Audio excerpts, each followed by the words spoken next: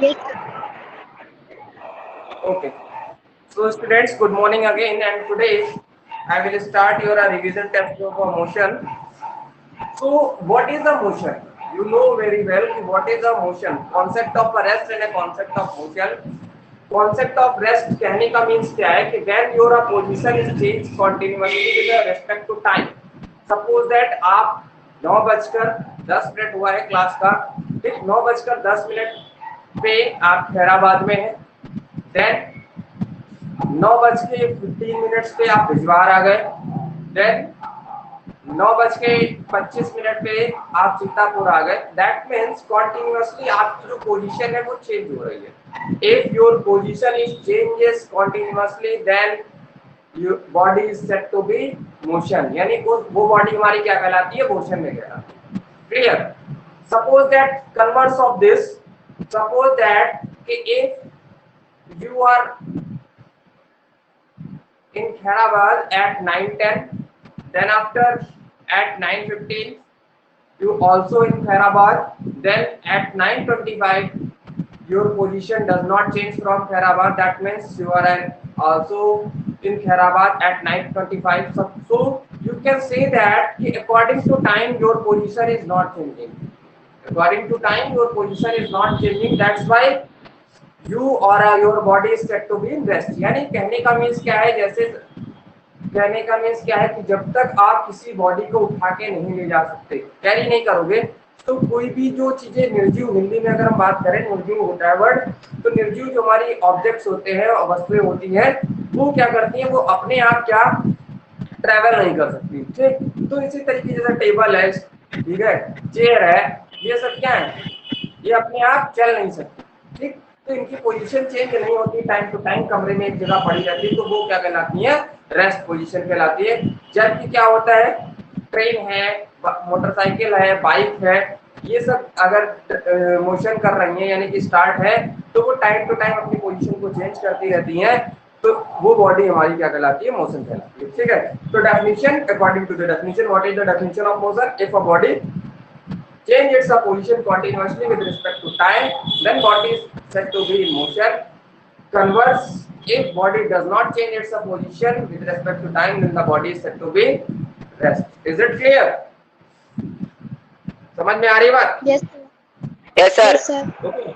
तो जैसे suppose that ये बुक है हमारी, ठीक है, और इस बुक को मैंने क्या किया, टेबल पे रखा है, तो it does not change position अपने, it does not change its position according to time. Okay, तो ये समय के साथ अपनी पोजीशन को चेंज नहीं करेगी, तो हमारी बॉडी के against that means object lying on a table, ठीक है, apple lying on a table, these are the some examples of a rest, whereas a man walking on the road, big train running on the track, motorbike running on the road, these are the some examples of motion. So after that, what is the relative? Rest and a motion both are relative. Suppose that rest and a motion both are relative terms. Suppose that you are sitting in a bus and you was going to Lucknow from Sitapur. Okay, so when you are in a bus, then the other object which is outside the bus, then you are sitting inside the bus and the object which are outside, मतलब जो object आपके बाहर है, जैसे road पे क्या होता है, ट्रीज हमारे लगे रहते हैं ना, तो जब हम बस के अंदर से, when we see from inside the bus, then other object also change। हमें क्या लगता है कि it seems that the trees are also running with the बस। ओके, यानी जो पेड़ हमारे हैं वो बस के साथ पेड़ भी हमारे चल रहे हैं। तो कहने का मीन्स क्या हुआ कि हमें बस से क्या पता चल रहा है, बस में हम क्या है, हमारी पोजीशन एक प्लेस से दूसरे प्लेस पे चेंज नहीं हो रही है। यानी बस एक, अगर हम इनिशियल पॉइंट जो फिक्स पॉइंट के रेस्पेक्ट में हम लोग बात करते हैं, तो उस फिक्स पॉइंट के रेस्पेक्ट में हमारी पोजीशन क्या है, रेस्ट है। whereas the object which is the outside, that means a tree or a other shop which is situated beside the road, all the things seems as running, seems as a running, वो हमें चलती हुई दिखाई देती है। ठीक है, तो कहने का मीन्स क्या है, बस के अंदर से हम हैं रेस्ट पोजीशन में और हमें बाहर की चीजें क्या होती हैं, मोशन में दिखाई देती है। Converse of this, if a man which is standing outside the bus, that means on the road, and when the bus is cross the road, तो कहने का मीन्स क्या है, आदमी खड़ा हुआ है, ठीक। तो आदमी जब खड़ा हुआ है तो खड़ा हुआ आदमी क्या कहलाएगा, रेस्ट पोजीशन में, ठीक। उसके बाद जब बस हुआ, बस में जो पैसेंजर बैठे हैं उसके लिए क्या हुआ, चलते हुए लगेंगे, बस में जो पैसेंजर है उसके लिए चलते हुए लगेंगे। That means passengers continuously change their position with respect to that person, यानी उस पर्सन के रेस्पेक्ट में जो पैसेंजर हैं वो बराबर हमारी पोजीशन को चेंज कर रहे हैं। तो ये हमारा क्या हुआ कि एक जगह हम लोग जाते मोशन में, लेकिन हम थे कहाँ, हमने अपने को माना रेस्ट में, और बाहर की जो चीजें रेस्ट में थी वो हमें लगी मोशन में दूसरी जगह। दूसरा एग्जांपल मैंने क्या दिया, मैं था रेस्ट में और अदर चीजें वो हो गई मोशन में। कहने का मतलब both terms are related to each other. Is it clear? समझ में आया? Yes sir. Okay. Types of motion, types of motion हमारे बहुत सारे टाइप्स ऑफ मोशन होते हैं, जैसे रेक्टिलिनियर मोशन कि objects move in a various आकार moving on a straight road, यानी एक ऐसे इस तरीके से रोड है सीधी स्ट्रेट, और इसके अगर कोई भी हमारी गाड़ी मूव कर रही है, ठीक है, लीनियर मतलब एक स्ट्रेट पाथ पे मूव कर रही है, तो ये हमारा कौन सा कहलाएगा, रेक्टिलिनियर। रेक्टिलिनियर मोशन होता है। Clear? First, then second Yes sir. Curvilinear, यानी कर्व में।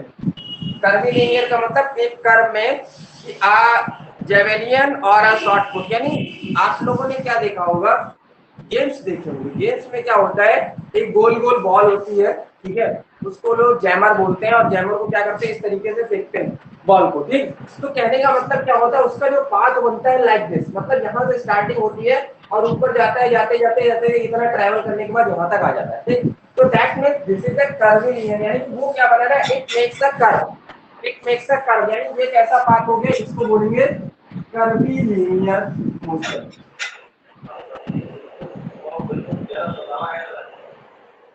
curvilinear motion, okay।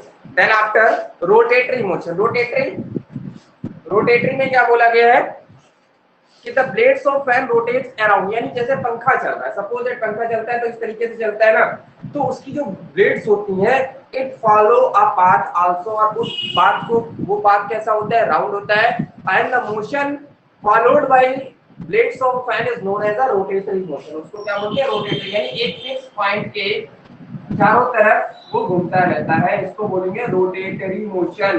तो रोटेटरी मोशन का एग्जांपल अगर बात करेंगे तो ब्लेड्स ऑफ फैन, ठीक, blades of fan. Then oscillatory, oscillatory का मतलब यह है कि सपोज दैट आपने घड़ी देखी हो, ठीक है, वॉच में क्या होता है, कभी कभी एक पेंडुलम लगा होता है, और वो पेंडुलम यहाँ पे इस तरीके से हैंग होता है और ऐसे इस तरीके से, और वो क्या करता है, कुछ टाइम ऐसे जाता है और कुछ टाइम इस तरीके से जाता है, इस तरीके से क्या होता है, बराबर इस तरीके, यानी एक मेन पोजीशन के चारों तरफ ऐसे मूव करता रहता है, और उसको हम लोग क्या बोलते हैं, ऑक्सीलेटरी, ठीक है, oscillatory motion. Sir, please listen. What happened? Sir, my brother and sister are. Sir, my brother and sister are doing exams, so sir, today I can't take class. What's your name? Sir, Sameer Kumar. Sameer Kumar. Your brother Yes, and sir. sisters are giving an exam. Yes, sir. Okay, but as soon your exams also started, then how can you give example without a revision? So, sir, please send the video, sir, in a group. बेटा it is a live classes, it is a live class, इसका video आपको provide नहीं होगा भाई, समझ में आ रहा है, लाइव क्लास रिकॉर्ड थोड़ा होती है। Okay, sir. Okay, sir. Live Okay, class sir. I आती will. है, लाइव क्लास में मैं जब तक रहूंगा तब तक मैं दिखूंगा, उसके बाद तो मैं गायब हो जाऊंगा। हाँ, Okay, sir. I will. Sir, I will manage. Okay. Then first हो गया रेक्टिलिनियर, कर्वीलिनियर हो गया, रोटेटरी हो गया, ऑक्सीलेटरी हो गया। देन वाइब्रेटिंग, वाइब्रेटिंग का मतलब आपने स्प्रिंग को देखा होगा। स्प्रिंग का क्या है कि when you take a corner of a springs, when you stretch a corner of a springs up or like this, okay, upward or in a straight path, then when you lose this ends, which is holded by your finger, then it start to vibrate like this, up and down, up and down, up and down, ठीक है? तो वो हमारा क्या कहलाएगा? Vibratory motion कहलाता है। वो हमारा क्या कहलाता है? वाइब्रेटरी मोशन कहलाता है। Vibratory motion. तो वाइब्रेटरी मोशन हमारा किसमें होगा? स्प्रिंग में होगा। किसमें होगा बेटा? स्प्रिंग में सर। ठीक है? Clear? Yes, sir. Hello. Okay. Yes, sir. Okay. When you have a condition in which you have a more than two types of motion, then the condition is said to be a multiple motion. यानी ऐसी कोई condition जहां पे एक से ज्यादा आपके motion लग रहे होंगे, वहां पे आप क्या कहलाओगे? उस चीज को क्या बोलोगे? उस चीज को आप लोग क्या बोलोगे? मल्टीपल बोलोगे। उस चीज को मल्टीपल मोशन बोलोगे।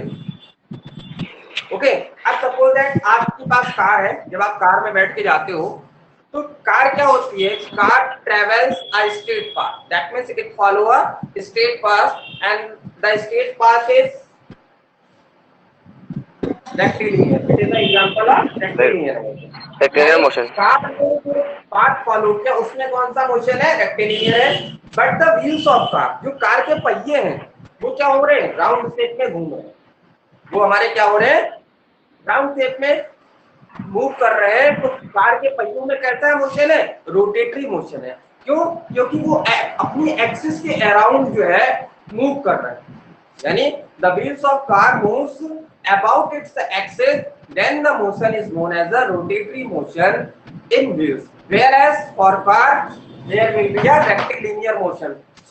That's so you can say that when cars travels on a straight line, then there exist two types of motion. First, rectilinear motion, and second, rotatory motion. And these two when combined, then we can say in a single word that is a multiple motion. Multiple motion, that means greater than one motion. यानी एक से ज्यादा अगर motion एक जगह पे काम कर रहे हैं तो वो हमारा मल्टीपल मोशन कहलाता है। Is it clear? Okay. समझ में आ गई बात? चले नेक्स्ट। अब Yes, sir. आपसे डेफिनेशन पूछता है तो what is the physics? Can you से do the definition of physics? Please give definition of physics in comment box.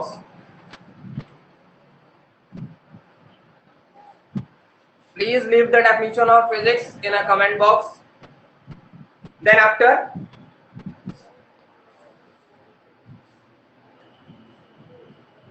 you have a physical quantities which deals with a large number of physics जो है उसमें बहुत सारी हमारी large number of quantities use होती हैं, और उन क्वांटिटीज को हम लोगों ने क्या किया? दो टाइप से डिवाइड किया है। नंबर फर्स्ट होता है स्केलर क्वांटिटी, ठीक है, और नंबर सेकंड होता है वेक्टर क्वांटिटी, ठीक है।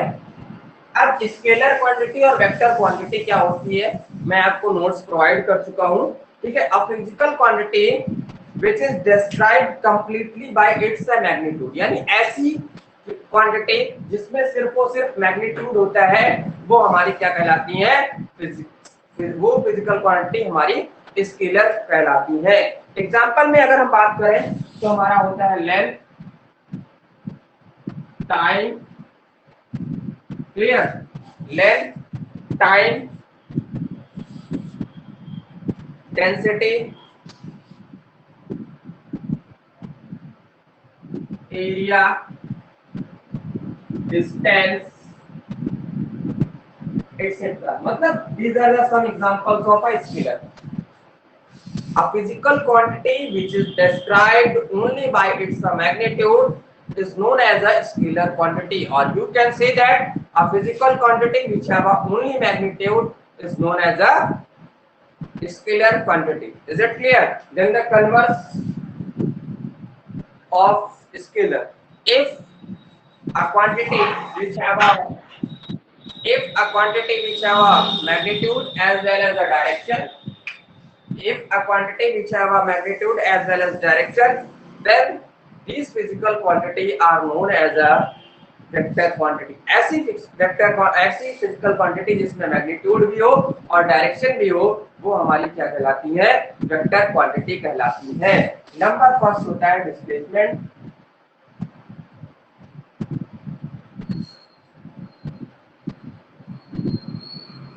वेलोसिटी, एक्सीलरेशन, फोर्स, ठीक है? Displacement, velocity, acceleration, force, torque है, वेट है, मोमेंटम, टॉर्क, वेट, मोमेंटम, ठीक है? ये सारी की सारी क्वांटिटीज जो है, इनके बारे में अभी हम लोग आगे डिस्कस करेंगे, ठीक है? कि हमारी क्या लेंथ होती है, क्या टाइम लेंथ। आपको पता है कि अगर कोई भी फिक्स डिस्टेंस है, ठीक है, तो उसको हम लोग लेंथ भी बोल सकते हैं। जैसे ये पेन है, तो what is the length? This is the length of this pen. Okay, time तो आपको पता ही है, ठीक है? डेंसिटी की बात भी हम लोग आगे करेंगे, एरिया, ये सारी चीजें हम लोग डिस्कस करेंगे। एक्सीलरेशन, वेलोसिटी, स्पीड है, ये सारी चीजें अभी हम लोग आगे डिस्कस करेंगे नेक्स्ट चैप्टर में। So don't worry about that, but these are the physical quantity, some are scalar, some are vector. तो इसमें से कभी-कभी क्या ऑब्जेक्टिव क्वेश्चन आ सकता है कि कोई ऐसी क्वांटिटी दी होगी जो कि एक स्केलर होगी, बाकी तीन वेक्टर होंगे, तो आपको क्या करना होगा, उसमें से पहचानना होगा कि लिखा होगा कि which quantity is a scalar quantity, which quantity is a vector quantity।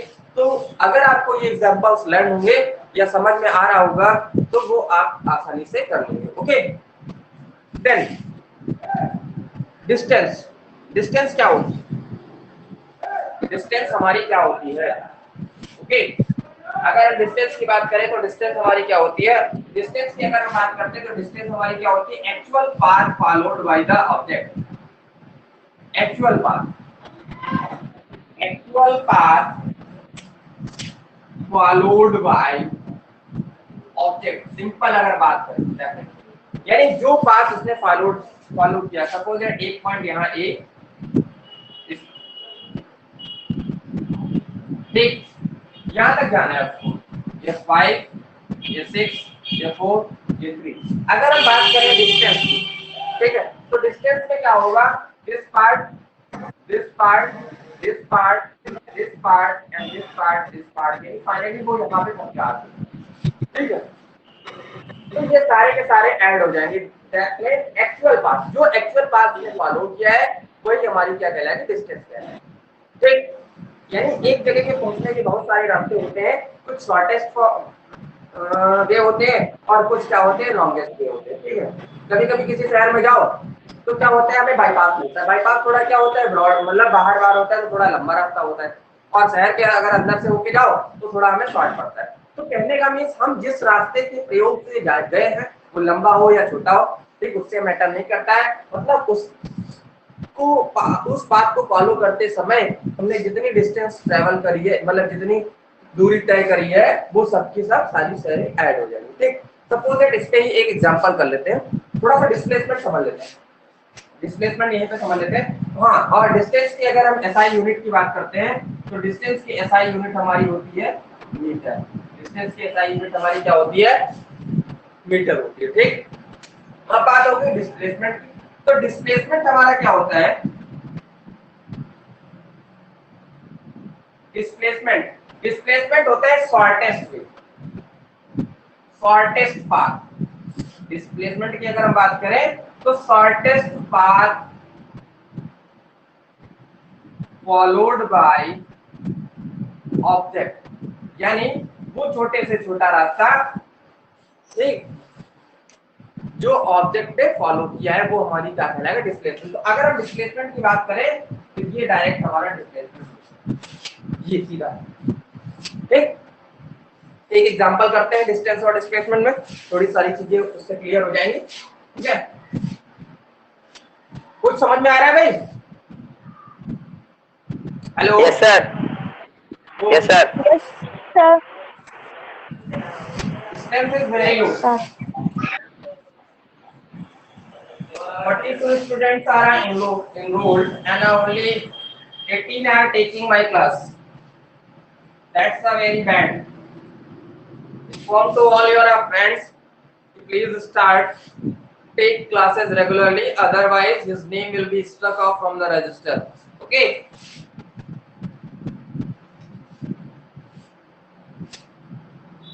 Suppose that a body is moving on a circular path. यानी एक बॉडी है वो इस तरीके से सर्कुलर पाथ से मूव कर रही है, ठीक। अब AB इट्स अ डायमीटर, यहाँ पे मान लो A है, यहाँ पे B, ठीक है। क्वेश्चन क्या कह रहा है, body is moving along a circular path of radius r, यानी इसकी जो रेडियस है, रेडियस क्या होती है, that means the distance between centre and circumference. ये हमारा सेंटर होता है, ठीक है, और सेंटर से सर्कमफरेंस तक की जो डिस्टेंस होती है वो क्या कहलाती है, रेडियस कहलाती है। The distance between centre and circumference, ये हमारा क्या है, सर्कमफरेंस है, और ये सेंटर से सर्कमफरेंस तक की डिस्टेंस होगी वो हमारी क्या कहलाएगी, रेडियस कहलाएगी। तो इसकी रेडियस क्या है, स्मॉल है, ठीक है।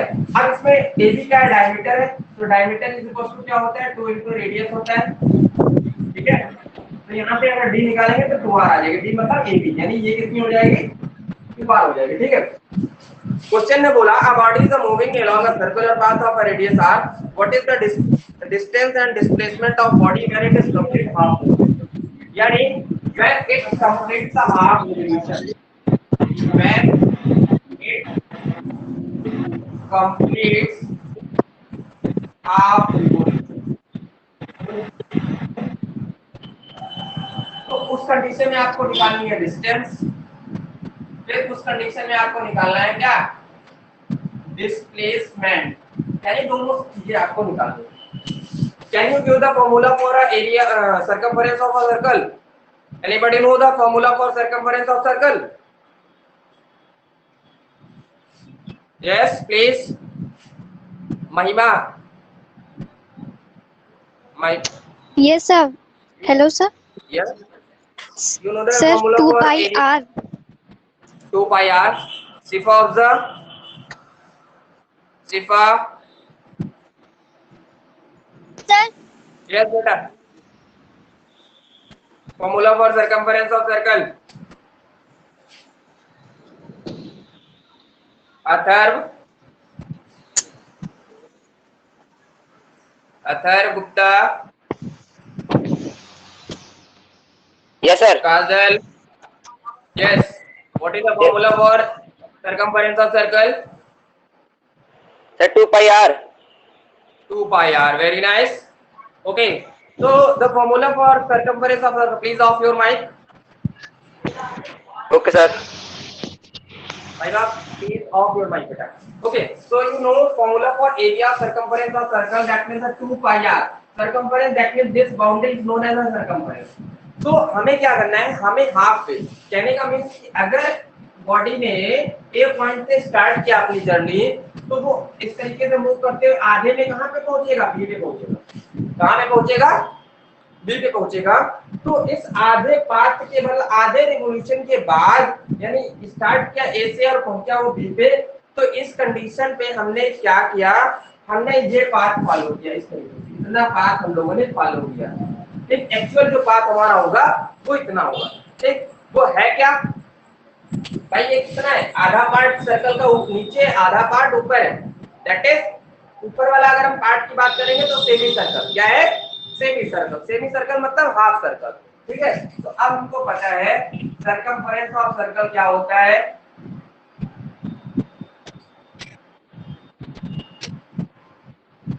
वो होता है 2 पाई r, ठीक। अब अगर हम सर्कमफरेंस सेमी सर्कल की बात करेंगे, आधा हो जाएगा इसका, सर्कमफरेंस ऑफ सेमी सर्कल वो हो जाएगा आधा, यानी कि 1/2 into 2 pi r, तो ये 2 कैंसिल हो जाएगा, यानी कि पाई r आ जाएगा।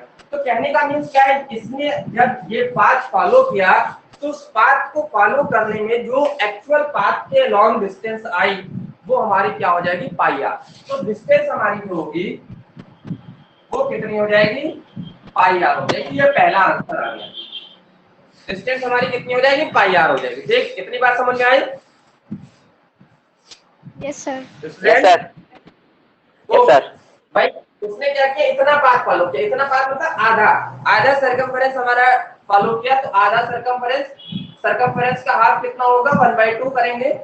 ठीक है, तो वो पाई आर आ जाएगा। तो ये हमारी हो गई डिस्टेंस। डिस्टेंस होती क्या है, एक्चुअल पाथ। तो एक्चुअल पाथ इसने ये फॉलो किया। आप समझो बात को। स्टार्टिंग में वो था ए पे, पहुंच गया बी पे। तो अगर हम शॉर्टेस्ट पाथ की बात करेंगे तो शॉर्टेस्ट पाथ हमारा क्या बनेगा, ए भी बनेगा ना। ये वाला पूरा पाथ बनेगा सर शॉर्टेस्ट पाथ। हम यहाँ से घूम के ना जाए, हमें जाना कहाँ से, ए से बी पे जाना। तो हम डायरेक्ट इस तरीके से मान जाए ए से बी पे, है ना शॉर्टेस्ट पाथ। यस सर, है। Yes sir. ओके, तो ए बी है क्या, A B is known as the diameter of the circle. तो डिस्प्लेसमेंट अगर हम बात करेंगे तो डिस्प्लेसमेंट क्या होगा, डिस्प्लेसमेंट इज इक्वल टू होगा ए बी। और ए बी है क्या, that is the diameter of circle. और डायमीटर है कितनी, डायमीटर है कितनी, सर 2 आर। तो ये आंसर हो गया आपके। डिस्टेंस आ गई पाई आर और डिस्प्लेसमेंट आ गया 2 आर। तो इस तरीके से भी आपके ऑब्जेक्टिव में क्वेश्चन आ सकता है। ठीक है, कि कभी कंप्लीट रिवोल्यूशन का पूछ सकता है, हाफ रिवोल्यूशन का पूछ सकता है, 1/3 का पूछ ले, 1/4 का पूछ ले। तो आपको क्या करना होगा, आपको इस तरीके से सॉल्व करना होगा क्वेश्चन। जो भी मैंने प्रैक्टिस करा है न्यूमेरिकल, वो न्यूमेरिकल डिस्टेंस और डिस्प्लेसमेंट पे आप कर लीजिए। अगर बात करें कुछ डिफरेंस की डिस्टेंस और डिस्प्लेसमेंट में, तो आपको पता है डिस्टेंस की डेफिनेशन क्या होती है, it is the actual path followed by a object, whereas the displacement is the shortest path followed by the object. Distance always भी पॉजिटिव, डिस्टेंस हमारी ऑलवेज क्या होती है, पॉजिटिव होती है। डिस्प्लेस में भी पॉजिटिव और निगेटिव बोथ, और जीरो। ठीक, तीनों चीजें हो सकती है, पॉजिटिव भी हो सकता है, नेगेटिव भी हो सकता है, जीरो भी हो सकता है। डिस्टेंस हमारी स्केलर क्वांटिटी है और डिस्प्लेसमेंट हमारी क्या है, वेक्टर क्वांटिटी है। तो these are the some differences between distance and displacement. एक न्यूमेरिकल मैंने करा दिया, एक न्यूमेरिकल मैंने पहले आपको सेंड भी किया था जब मैंने इमेजेस सेंड करी थी। ठीक है सर, और चलें फिर स्टार्ट करते हैं types of motion, uniform and non uniform motion की। उसको भी हम लोग थोड़ा सा रिवाइज कर लेते हैं, और जो पार्ट हमारे बच जाएंगे उनको हम लोग कल रिवाइज कर लेंगे। ठीक है, यानी कल तक हम लोग अपना पूरा रिवीजन इस तरीके से लाइव क्लासेस के थ्रू भी कर लेंगे। और बाकी मैं अभी आपको जब क्लास ओवर करूंगा तो अपने YouTube चैनल के जो भी वीडियोस हैं उसका प्लेलिस्ट से पूरे चैप्टर के जितने भी सारे वीडियोस हैं उनका लिंक मैं शेयर कर दूंगा आपको। और जो स्टूडेंट्स एब्सेंट हैं, ठीक है, या जिनके पास वीडियोस नहीं है, वो उन वीडियोस को देख के अपना रिवाइज करें। ओके, तो यस सर। आपके पास यूनिफॉर्म मोशन और नॉन यूनिफॉर्म मोशन, दो टाइप के मोशन होते हैं। यूनिफॉर्म मोशन में क्या डेफिनेशन बोली गई है कि a body is said to be a uniform motion if whose mic is on?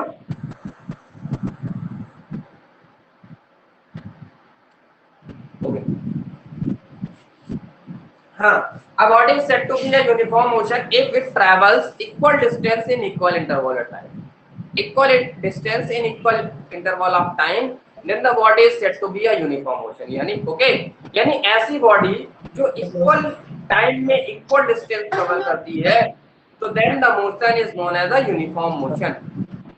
Clear? Yes sir. Okay, suppose जैसे आप गए सीतापुर से Lucknow, you are going to Lucknow from Sitapur, then you start your journey by your car. Car starts at 9 AM, यानी car जो है वो सुबह 9 बजे स्टार्ट होती है। Clear? Then at 10 AM it reaches Sidhauli. Sidhauli is approx 35 km from Sitapur. Then at At 11 a.m. it reaches Bakshi Talab, and Bakshi Talab is also approximately 35 from Sidauri. कहने का means क्या हुआ, पहले एक घंटे में कार ने 35 kilometre की डिस्टेंस कवर करी, अगले एक घंटे में फिर से कार ने 35 डिस्टेंस कवर करी, फिर अगले में फिर वो एक घंटे में 35 की डिस्टेंस कवर करेगा किलोमीटर की। तो ये जो सारी ये हमारा जो मोशन होगा वो हमारा मोशन क्या कहलाएगा, यूनिफॉर्म मोशन कहलाएगा। ठीक, क्लियर है?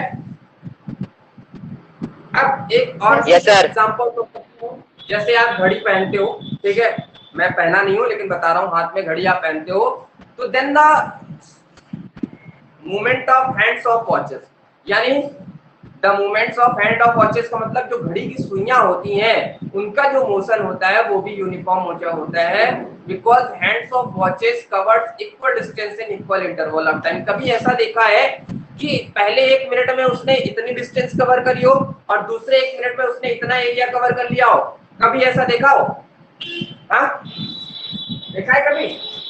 मान लो इस तरीके से वॉच होती है, ठीक है, और उसमें यहाँ पे नंबरिंग होती है 12, 1, 2, 3, 4, 5, 6। तो कहने का मीन्स अगर वो 5 मिनट में है तो वो 5 मिनट इतना ही तो एरिया कवर करेगा, अगले 5 मिनट फिर ये करेगा, फिर ये करेगा, फिर ये करेगा। कहने का मतलब अगर हम इस सेंटर पॉइंट से एरिया देखें तो ये जो गैपिंग होगी वो सेम आती है कि नहीं आती? आती है? Yes sir, yes sir, okay. Yes, sir. कहने का मीन्स कि hand of watches covers equal distance in equal interval of time. Then second examples, आपकी जो अर्थ है वो अबाउट इट्स एक्सिस रोटेट कर रही है, ठीक, अर्थ जो है वो हमारी एक्सिस के अलॉन्ग रोटेट कर रही है, तो उसका मोशन भी यूनिफॉर्म मोशन है क्योंकि वो भी इक्वल टाइम में इक्वल डिस्टेंस कवर करती है। Then clear? दूसरी बात, अर्थ हमारे सन के अराउंड जिसके मूव करती है, तो जिसके थ्रू हमारे दिन और रात होते हैं, ठीक है, तो जब वो भी मोशन हमारा क्या कहलाता है, यूनिफॉर्म मोशन कहलाता है। ठीक, अगर हम बात करेंगे इसके ग्राफ की, where we draw a graph for a uniform motion, then always we find a straight line. हमें क्या मिलती है, हमेशा एक सीधी लाइन मिलती है, ठीक है, और स्ट्रेट लाइन सेट दैट कि there will be a uniform motion. और स्ट्रेट लाइन हमें क्या बताती है कि हमें हमारे पास जो मोशन है वो कैसा है, यूनिफॉर्म है। अगर हम डिस्टेंस और टाइम में ग्राफ ड्रॉ करते हैं, ये हमारी एक्स एक्सिस होती है, वर्टिकल वाई एक्सिस होती है, हॉरिजॉन्टल एक्स ड्रॉ करेंगे तो ये हमारा यूनिफॉर्म मोशन कहलाएगा। ठीक है, यूनिफॉर्म मोशन का जो ग्राफ होता है वो स्ट्रेट लाइन होता है। ठीक, ये भी ऑब्जेक्टिव का बेस्ट क्वेश्चन हो सकता है कि what is the shape of uniform motion, so you take the correct option, that is a straight line. Okay, you take the correct option, that is a straight line. Then yes sir, last part of today's class, that is a non-uniform motion. So, similarly for uniform motion, it covers a equal distance in equal interval of time, then you said that body is a uniform. Then opposite to it, if body covers unequal distance in equal, यानी time आपका equal है but distance आपकी क्या है, unequal है, तो वो motion क्या कहलाएगा, then the motion is said to be a non uniform motion. ठीक है, a body covers unequal distance in equal interval of time, then the body is said to be a non uniform motion. And the curve for this non uniform, ये हमारा time हो गया, ठीक है, यहाँ पे हमारी डिस्टेंस हो गई, ठीक है, इस तरीके से हमारा कर्व जाता है। ठीक है, this is for non uniform, ये हमारा नॉन यूनिफॉर्म के लिए कर्व हो गया। क्लियर?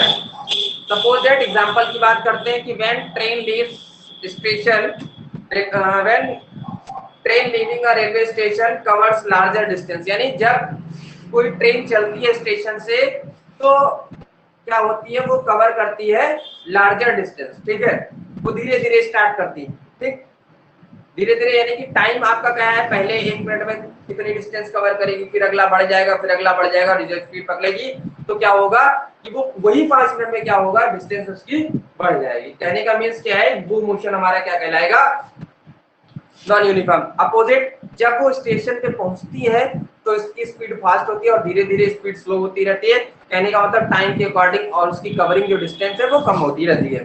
ठीक है। Free falling stones under the action of gravity, यानी ऊपर से कोई चीज गिरती है तो कहने का मीन्स उसका जो कर्व बनता है, उसका जो पाथ बनता है वो कर्व टाइप से होता है और वो भी जो है according to time it covers unequal distance in equal interval of time, then the motion followed by the free falling of body against gravity is one type of non-uniform motion. So these are the some examples. So please revise up to a non-uniform motion, and tomorrow I will start from a speed and a velocity and cover whole the parts up to a graphical. यानी कल हम लोग क्या क्या discuss करेंगे, हम लोग speed और वेलोसिटी डिस्कस करेंगे। ठीक है। उसके बाद एक्सेलरेशन डिस्कस करेंगे। ठीक है। एक्सेलरेशन के बाद हमारा लास्ट जो टॉपिक होगा वो ग्राफिकल रिप्रेजेंटेशन ऑफ मोशन होगा। यानी ये 5 चीजें हम लोग कल के वीडियो में डिस्कस करने वाले हैं, यानी कल की क्लास में हम लोग इतनी सारी चीजें डिस्कस करेंगे। ओके। तो अभी मैं आपको लिंक शेयर कर रहा हूँ, जिसके पास नहीं है वो वीडियो एक बार फिर से देख लोगे, इन सारी चीजों का आपको चीजें क्लियर हो जाएंगी। और क्लास कैसी लगी? House class sir good. कैसी लगी भाई क्लास? सर अच्छी लगी। सर वेरी अच्छी लगी। ओके चलो, मेरा प्रयास यही रहेगा कि मैं I take always a live classes.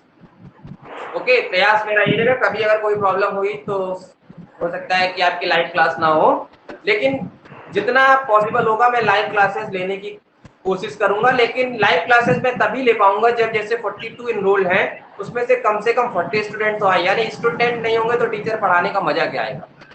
बस सही है ना भाई? क्लास में बच्चे नहीं होंगे तो टीचर क्या वहां झक मारेगा? बोलो। नहीं सर। Yes sir. वालों को तो पढ़ाएगा नहीं, पढ़ेगा तो स्टूडेंट को ही। अब बताओ धीरे धीरे कम Yes, sir. स्टूडेंट। हाँ, बहुत यस सर। बुरी बात है कि आप अपनी क्लास को परफेक्ट वे में नहीं लेते, जबकि ये ऐप आपको क्या करता है, आपको फुल्ली बता देता है कि आपने कितने % क्लास ली है। अगर किसी को प्रॉब्लम है तो आप स्टार्टिंग में बता सकते हो कि sir I have this problem, that's why I am not taking today's class. Okay, बस आपको क्या करना, प्रॉपर इंफॉर्मेशन देनी है। But this is my suggestion, don't leave any class because teachers regularly taking classes with honesty, okay, and they are giving a full attention to all students, यानी सभी बच्चों को full attention दे रहे हैं। समझ में आ रही बात? अपना वो बेस्ट दे रहे हैं। ठीक, इस पैंडेमिक में जितना हो सकता है उतना वो बेस्ट दे रहे हैं, और अच्छे से प्रिपरेशन करो। जितना पढ़ाया गया उसके अकॉर्डिंग आपका यूटी होगा। ऑब्जेक्टिव पेपर आएंगे, 25 से 30 क्वेश्चन होंगे, 1 वर्ड यानी को टिक मारना होगा आपको। ठीक, और अगर आप कोई बच्चा ऐसा है जो फुल लेके आएगा तो वो मेरे लिए बहुत अच्छा हो जाएगा। कहने का मतलब इसकी इमेज थोड़ी सी अच्छी हो जाएगी टीचर की नजरों में, मेरी क्या सबके लिए अच्छी हो जाएगी। ठीक है। ओके, तब तक के लिए आज क्लास ओवर करें। Okay, goodbye. Thank you sir. Thank you for class sir. Thank you okay sir. Okay, good bye.